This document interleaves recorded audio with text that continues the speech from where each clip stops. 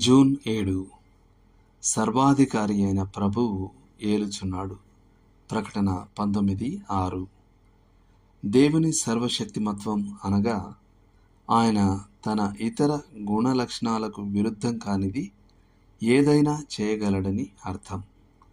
లేఖనం యొక్క ఏకరీతి సాక్ష్యాన్ని వినండి. నేను సర్వశక్తిగల దేవుడను. ఆదికాండం 17:1. యెహోవాకు అసాధ్యమైనది ఏదైనా నుండునా? ఆదికాండము 18:14. నీవు సమస్తమును చేయగలవనియు నీ సంకల్పములలో ఏదియూ నిష్ఫలము కానేరదనియు నేనిప్పుడు తెలుసుకొంటిని. యోబు 42:2. నీకు అసాధ్యమైనది ఏదియూ లేదు. ఇర్మియా 32:17. దేవునికి సమస్తమును సాధ్యమే. మత్తయి 19:26. దేవుడు చెప్పిన ఏ మాట అయినను నిరర్థకము కానేరదు. లూకా 1:37.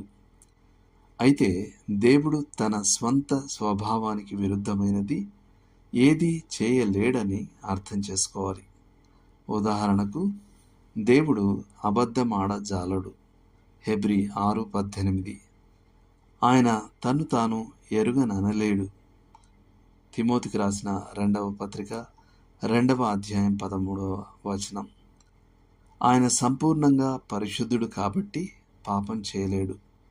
ఆయన సంపూర్ణంగా నమ్మదగినవాడు కాబట్టి విఫలం కాలేడు. దేవుని సర్వశక్తిమత్వం ఆయన సృష్టిలో, విశ్వాన్ని నిలబెట్టడంలో, ఆయన సంరక్షణలో, పాపుల రక్షణలో మరియు పశ్చాత్తాపపడని వారి పట్ల తీర్పులో కనబడుతుంది. పాత నిబంధనలో ఆయన శక్తి యొక్క గొప్ప ప్రదర్శన నిర్గమకాండం. క్రొత్త నిబంధనలో ఆయన శక్తి యొక్క గొప్ప ప్రదర్శన క్రీస్తు పునరుత్థానం. దేవుడు సర్వశక్తిమంతుడైతే ఏ మనిషి ఆయనకు విరోధంగా విజయవంతంగా పోరాడలేడు. యెహోవాకు విరోధమైన జ్ఞానమైనను వివేచనయైనను ఆలోచనయైనను నిలవదు. సామెతలు 21:30. దేవుడు సర్వశక్తిమంతుడైతే అప్పుడు విశ్వాసి గెలిచే పక్షాన ఉన్నాడు. దేవునితో ఉన్నవాడే మెజారిటీ. దేవుడు మన పక్షమున నుండగా మనకు విరోధి ఎవడు? రోమా 8:31. దేవుడు సర్వశక్తిమంతుడైతే అప్పుడు ప్రార్థనలో మనం అసాధ్యమైన రంగాలను కూడా పరిష్కరించగలం. ఒక పాట చెప్పినట్లుగా మనం అసాధ్యాలను చూసినవి అది జరుగుతుంది అని అరవగలం. దేవుడు సర్వశక్తిమంతుడైతే అప్పుడు మనకు చెప్పనలవి కాని ఓదార్పు ఉంది. అదేమనగా రక్షకుడు ప్రతి సమస్యను పరిష్కరించగలడు.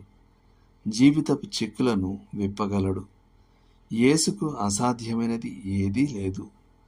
ఆయన చేయలేనిది ఏదీ లేదు.